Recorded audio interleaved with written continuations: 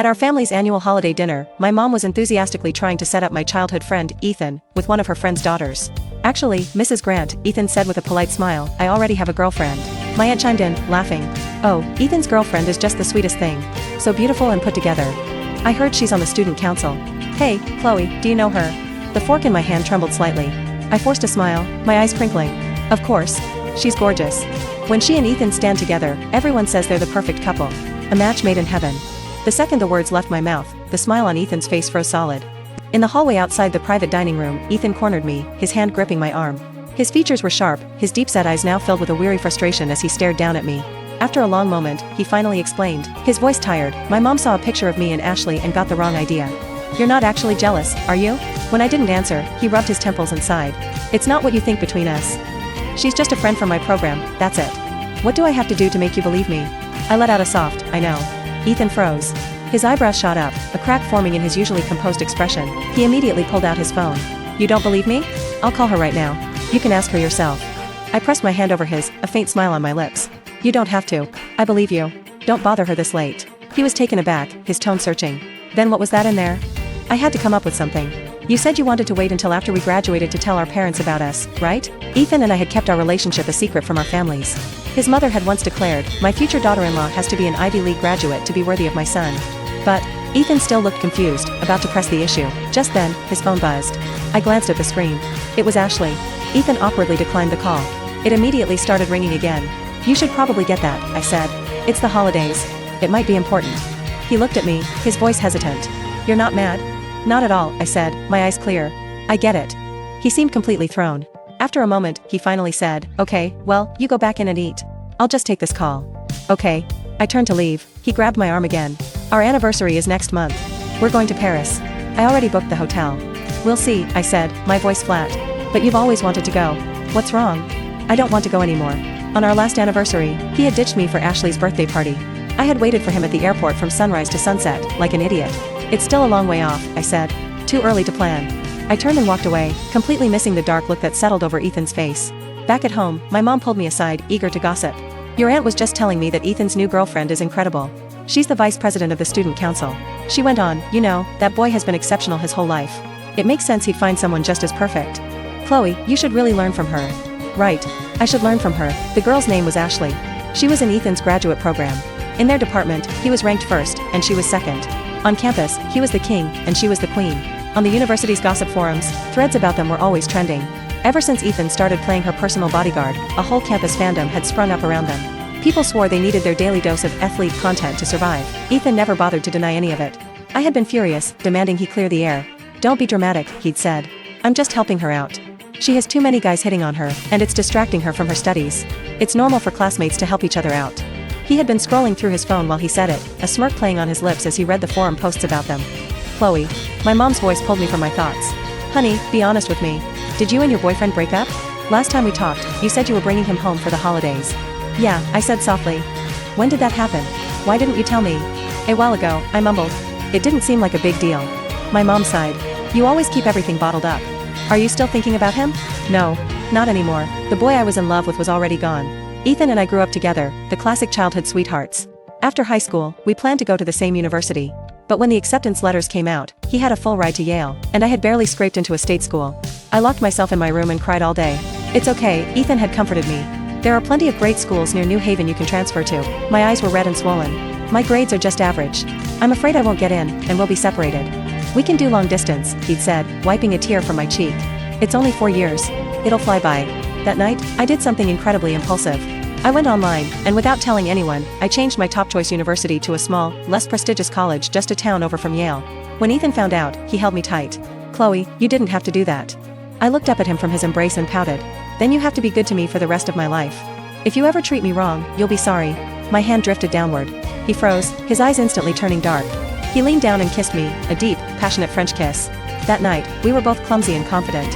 By the end of it, we had used up the entire box of condoms from the hotel nightstand. On Valentine's Day of our sophomore year, I decided to surprise Ethan by showing up at his campus. That was the first time I met Ashley. The two of them were in a classroom, laughing and chasing each other around. A sudden, sharp pang of jealousy shot through me. I remembered calling him that morning. "Chloe, I have to meet with my thesis advisor today to go over some details for a competition. I won't have time to come see you." Since when was his advisor a girl? "Hi, can I help you?" a passing student asked me. The two of them in the classroom looked up at the sound. Ethan's eyes widened when he saw me. "Chloe? What are you doing here?" I handed him the gift bag. "Your Valentine's Day present." He took it, a genuine look of surprise on his face, but there was also a flash of something else, annoyance at being interrupted. "And this is?" Ashley asked, a knowing smile on her lips. "Your girlfriend?" Ethan instinctively rubbed the back of his neck, neither confirming nor denying. Ashley looked me up and down. "So you're the little shadow who used to follow Ethan around everywhere? Chloe the clinger?" I froze. When we were kids, I used to follow Ethan around like a lost puppy.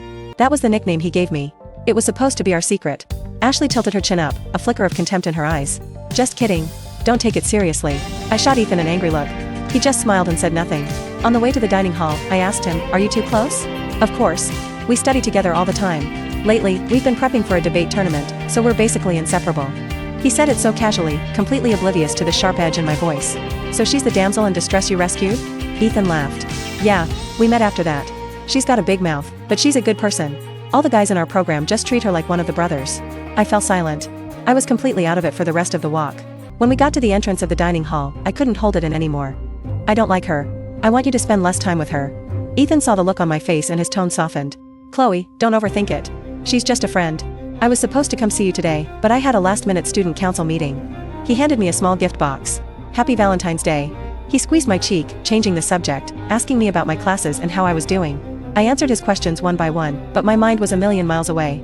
The image of them laughing together in that classroom felt so familiar. A campus, a classroom, a boy and a girl on the verge of falling in love. Back in my dorm, I felt a wave of depression wash over me. I opened my phone, hoping some mindless scrolling would distract me. As I browsed, I stumbled upon Ashley's Instagram. Curiosity got the best of me. I switched to my burner account and clicked on her profile. My heart stopped. There were dozens of pictures of her and Ethan, laughing, traveling, having fun. The phone almost slipped from my hand. I checked the dates. Every weekend I had spent feeling lonely and miserable, they had been together. Her most recent post was a picture of a birthday cake. The caption read, "Thanks for the cake, Ethan. I'll forgive you for ditching our movie night this time." I couldn't breathe. My hands started to shake, a cold, suffocating feeling spreading through my chest. Once I calmed down, I shakily called Ethan. "It was just a coincidence," he explained over the phone. "We're both on the student council, and we often have to do research projects together on weekends. That's why we hang out. I was supposed to go to the movies with her today, but I didn't know you were coming. And it's always a group of us hanging out." As for the cake, it was just a polite gesture. She got me a gift for my birthday last year. It felt like someone had stabbed me in the back. "Then why did you hide it from me?" "It's not a big deal. It's just normal friend stuff," he said dismissively. "You think this is no big deal?" I asked, my voice trembling with disbelief. He was starting to get annoyed. His tone hardened. "What else would it be?" "No big deal." The dam of my emotions finally broke. I screamed into the phone, "This is a big deal. Boundaries, Ethan, have you ever heard of them? I'm your fucking girlfriend. You don't get to be emotionally available for someone else." Silence. Then, his voice, cold and distant. "Chloe, stop being so dramatic. You're always making a big deal out of nothing. It's exhausting for both of us." I laughed, a cold, humorless sound. My fingertips were numb. "And what if I don't stop?" "Then do whatever you want." He hung up. I buried my face in my pillow and cried for hours, the feeling of betrayal twisting in my gut. I got up and threw the gift he had given me against the wall. It burst open, scattering a bag of handmade chocolates all over the floor. Inside, there were also 2 tickets to an exhibition. It was a popular anime convention in a nearby city, for the following Saturday. I stared at the tickets, stunned. I remembered talking to him about it on FaceTime last week. "The convention is coming to town. We should go together," I had said excitedly. He had been distracted, just murmuring, "I'm busy lately. We'll see." So he had already bought the tickets. My anger instantly softened. I hesitated, wondering if I should call him, try to talk things through. What if I was jumping to conclusions? What if I was hurting him by misunderstanding? I picked up one of the chocolates. It was lumpy and misshapen, but it was sweet. I typed out a long, emotional text, then deleted it. And retyped it. And deleted it again. In the end, I just sent 2 words. "Okay, Ethan." A few minutes later, my phone rang. "Chloe, did you calm down? I promise, there's nothing going on between me and Ashley. You have to stop overthinking things." His gentle voice was all it took for the hurt to melt away. "I know. I'll try to be better. No more jealousy." A few days later, we made plans to go to the convention together. I waited for him at the train station all day, my heart filled with excitement. He never showed up. I called him 27 times. Every call went straight to voicemail. At first, I was angry. Then, I was scared. I was terrified something had happened to him. I wanted to call his friends, but I realized I didn't know any of them. Ever since we started college, whenever I visited his campus, he always took me out alone. He never introduced me to his friends. I used to joke about it, asking if he was embarrassed by me. He'd always reply, half joking, half serious, "I'm afraid someone will steal you from me." It was like I had never truly been a part of his life. I was about to call the police when my phone finally lit up. It was Ethan. "Ethan," I said, my voice filled with relief. "Hi, is this Chloe?" a bright, female voice asked. It was Ashley. Ethan had a little too much to drink last night. His phone died. The moment she hung up, a heavy dread settled over me. I walked to his campus in a daze. When I reached his dorm, I could hear laughter coming from inside. "Ethan, did you really spend the night at Ashley's place?" one of his roommates teased. Ethan's voice was hoarse from a hangover. "Shut up." I was completely blacked out. "It's all your fault for egging me on." "So nothing happened," someone else chimed in. The room erupted in laughter. "Get out of here," he said, laughing. There was no anger in his voice, just a shared, easygoing understanding. I stood there, frozen. Then I heard footsteps approaching the door. I snapped out of it and fled, leaving my suitcase behind. I wandered the streets late at night, tears streaming down my face. Ethan's calls kept coming in. I declined them, over and over. His laughing voice echoed in my head. It was so embarrassing. Ashley even did my laundry for me. I was so lost in my misery that I didn't even notice someone was following me. Until a hand clamped down on my shoulder. "Hey, baby. Where you going all alone?" A man reeking of alcohol blocked my path, a sleazy grin on his face. "Wanna have some fun?" I snapped back to reality, fumbling for my phone, only to realize it was dead. The street was empty. It was just me and him. My blood ran cold. I don't know where the strength came from, but I lifted my leg and kicked him as hard as I could. Then I turned and ran. I don't know how long I ran, until I saw the warm lights of a diner that was still open. I stumbled inside, my back pressed against the door, finally allowing myself to gasp for air. The delayed fear washed over me, a cold sweat drenching my clothes. "It's okay, miss," a waitress said gently. "He didn't follow you in. He's gone." I nodded, my body weak with relief. As my panic subsided, I looked around the diner. My eyes landed on a wall of love, covered in Polaroid pictures. Right in the center, a brand new photo showed Ethan with his arm wrapped tightly around Ashley, a wide smile on his face. I froze, the air knocked out of my lungs. The waitress handed me a glass of water. Seeing me staring at the photo, she said, "Oh, them. They were here last night. They were a wild bunch." I heard my own voice, dry and hoarse. "Are they a couple?" "Not sure," she said, thinking back. "They were playing truth or dare, and those two were all over each other. They did that Pocky challenge, you know? They got so close, there was barely any stick left. Another half second and they would have been making out." I don't remember how I got back to my dorm that night. I just remember my bed feeling colder than it ever had before. My mind was a relentless replay of scenarios. What happened between them, alone in her apartment? Did they kiss? Did they sleep together? The emotions were a flood, filling my chest, stealing my breath. I didn't sleep a wink that night. The next morning, I was standing outside my dorm in a daze. Ethan was there. I didn't get the apology I expected. The moment he saw me, his face was contorted with anger. "How old are you? Why are you acting like a child, running off like that? Do you have any idea how many times I called you last night?" He kept talking, but I didn't hear a word. He flinched, seeing the redness in my eyes. His tone softened. "We were just celebrating winning the debate tournament. I drank too much and slept in, that's why I missed our train. I'll make it up to you tomorrow." "We're breaking up," I interrupted. He stared at me, his voice stiff. "Are you serious?" "Yes," I said calmly. "Fine." He spat the word out and stormed away without a backward glance. And just like that, we were done. In the 2 weeks after we broke up, I lost 20 pounds. Every day was a struggle. I'd wake up before dawn, lying in bed, a heavy, suffocating feeling pressing down on me, threatening to swallow me whole. At night, I'd toss and turn, desperate for sleep, but my mind was filled with him. The weather on the weekends was beautiful, but every time I walked outside, I felt his ghost beside me. Nothing interested me anymore. I felt like a hollowed-out shell, all my joy completely drained. I started obsessively reading my horoscope, my birth chart, anything. I was desperate, looking for some kind of cosmic reassurance. Logically, I knew it was over. I knew I had to let go.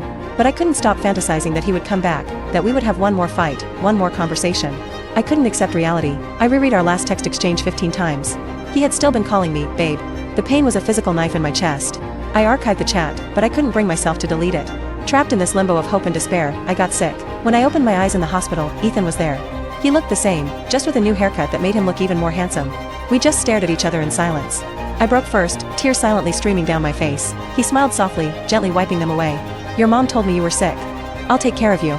In that moment, I completely fell apart. My shoulders shook with uncontrollable sobs. He pulled me into his arms. "Let's get back together." And just like that, we were. "Let's break up." After we got back together, a dull ache settled permanently in my chest. We never talked about what happened. It was like if we didn't mention it, it never existed. The days that followed were a fragile peace. Neither of us ever broke the silence. But I knew there was a thorn lodged deep in my heart. It was always there, a constant, sharp pain. I started trying to save myself. I poured all my energy into my studies. I learned foreign languages day and night, trying to distract myself from the storm in my head. But it barely worked. I was lost, my spirit slowly being eaten away. Until I read a story online. The plot was eerily similar to my own, and in that moment, I finally understood. I had been fighting a war with myself.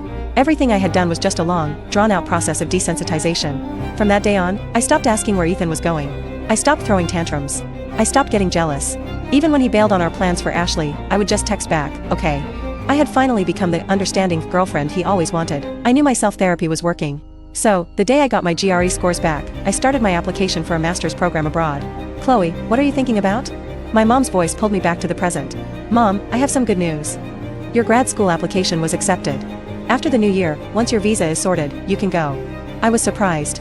I didn't think it would happen so fast. By the way, Mom, keep this a secret. Don't tell anyone, not even Ethan. Why? This is great news. I want to surprise him. I'll tell him myself. After the holidays, I went back to New Haven early. In my dorm room, I packed up everything Ethan had ever given me. I planned to throw it all away on my way to the airport. As I walked out of my building, I saw Ethan waiting for me. I just tried calling you. It went straight to voicemail, he said. What are you doing here? I asked. Can't I come see you just because? He smiled, a fond look on his face. Come on, let's go to the movies. Before I could refuse, he pulled me into his car. I figured, what the hell? It's the last time. Might as well end things on a civil note. In the car, he took a selfie of us. A moment later, he said mysteriously, check your Instagram. I opened the app, confused.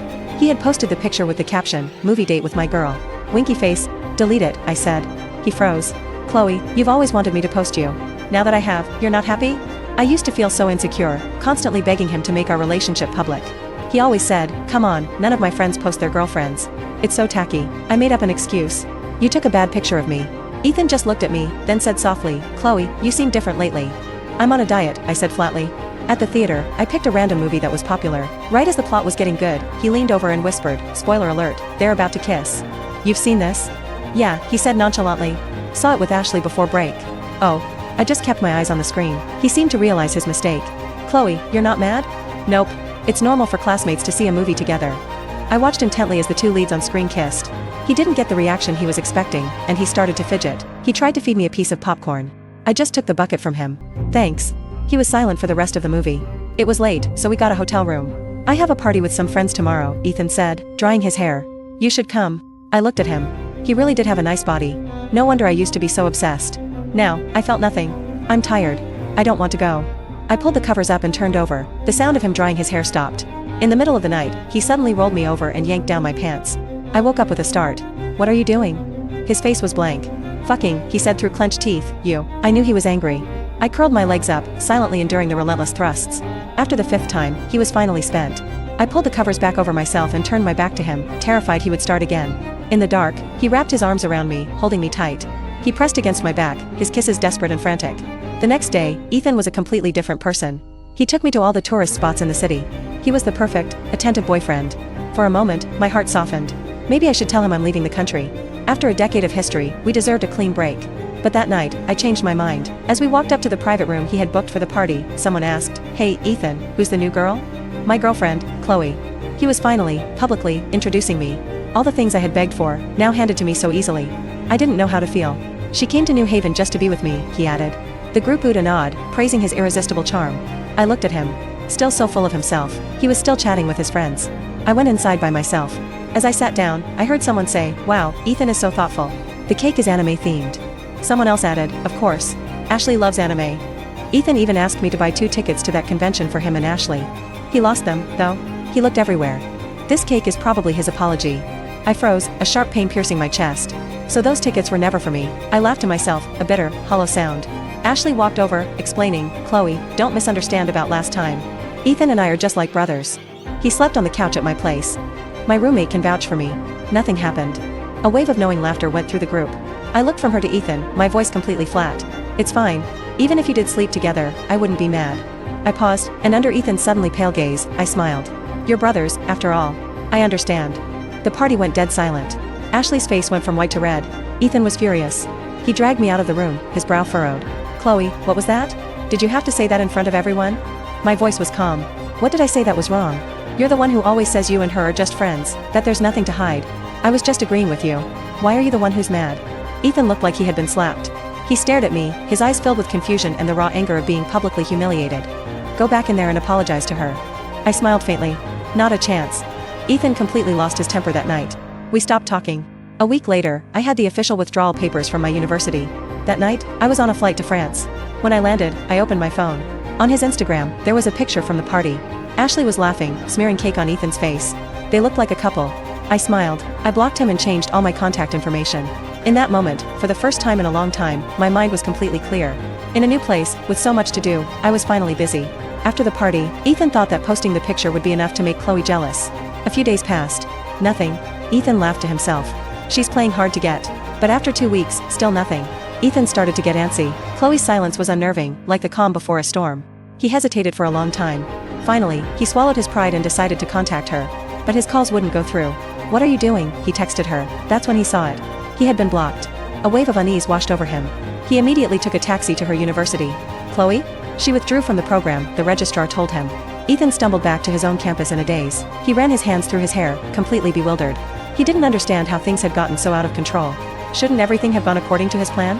Ashley walked over, linking her arm through his. "Ethan, some guy is harassing me again. Can you come be my shield?" She was still completely oblivious, batting her eyelashes at him. Ethan looked up at the source of all his problems, his voice ice cold. "Get lost. Who the fuck is your boyfriend?" Ashley ran off, crying. 2 weeks later, my mom called. "Chloe, are you and Ethan fighting? He didn't know you were studying abroad? He's been looking for you like a madman." I thought something terrible had happened. I finally told my mom the whole story. She sighed. "You young people. You need to learn how to communicate." After we hung up, I unblocked Ethan. The second I did, my phone rang. Wow. That was fast. "Chloe." A frantic, familiar voice filled my ear. "Yeah? What's up?" "You're studying abroad," he asked, his voice urgent. "Why didn't you tell me?" "Ethan, we broke up," I said calmly. "I don't need to report my life to you. I've moved on. I hope you don't contact me again." His voice was dry and hoarse. "You can just erase our entire past like that? Nothing ever happened between me and Ashley. Why won't you just believe me?" I laughed, a tired, frustrated sound. "Ethan, you're still the same. You haven't changed at all." He started to panic, his words tumbling out. "When I found out you withdrew, I thought I was going to lose my mind. I called all our friends, asking where you were. I never thought you would just leave, without a second thought. To another country. Chloe, how could you be so cruel?" His voice was getting louder. I was getting annoyed. "Are you done? If you have nothing better to do, go talk to your brother. I have to get to class. Chloe, I'll prove it to you. Don't leave me." 3 months later, it was Valentine's Day again. I had just gotten out of class. I was surprised to see Ethan waiting for me from a distance. Standing next to him was a guy I knew, Leo. I was confused. How did those two know each other? They were waiting at the front entrance, so I slipped out the back. As I got closer, I could hear their conversation. "Leo, congratulations on finally getting a girlfriend," Ethan was saying. It dawned on me. They knew each other from the student council. No wonder Ethan had liked Leo's posts. He had even commented, "Congrats, bro. Bring your girl around so we can meet her." I had thought Ethan was some kind of stalker, investigating everyone in my life. When I first got to France, I was a little scared. I didn't know anyone. But then I met Leo. He was a friend in a foreign land. We got close quickly. He would cook for me, introduce me to his friends, and even watch anime with me, even though he hated it. On his birthday, in front of all his friends, he confessed his feelings for me. "I'll be good to you for the rest of my life. I'll always be yours." I had covered my mouth, my eyes wide, and said yes. "By the way, Ethan," Leo was saying, "are you just visiting?" Ethan paused. "No. I'm waiting for someone. I'm going to win her back." Leo clapped him on the shoulder. "Good luck, man." When I finally appeared in front of them, 2 voices said my name at the same time. "Chloe." They stared at each other, stunned. "You're looking for her?" Their eyes both landed on me. I cleared my throat and went to stand by Leo's side. Ethan grabbed my arm. Leo stepped between us. He was a full head taller than Ethan, and he looked down at him with a commanding presence. "Let her go. She's my girlfriend." Ethan looked at me, his eyes filled with a desperate plea. I pulled my arm away without hesitation. Ethan looked like he was about to break. He tried to push Leo out of the way, but he couldn't move him. Leo stood his ground, shielding me. They looked like they were about to get into a fight. "Leo," I said quickly, "let me talk to him." Leo finally relented, stepping back but keeping a close watch. I looked at Ethan's devastated face. "Is there anything else?" I asked, my voice tired. He was silent for a moment. "Did you sleep with him?" I was speechless. "If there's nothing else, I'm leaving." "Chloe, I don't care," he said desperately. "Just come back to me. Everything will be okay. Let's just put the past behind us. I just want you back." I scoffed. "Go back? Why would I go back to you?" He still didn't get it. "I cut things off with Ashley. Nothing ever happened between us. She was just like a sister to me," he said, his shoulders shaking, his voice choked with emotion. "I'll post on the forums right now and clear everything up. She was the one who was obsessed with me." He pulled out his phone and started typing furiously. I was so done with his drama. "Enough. Stop struggling.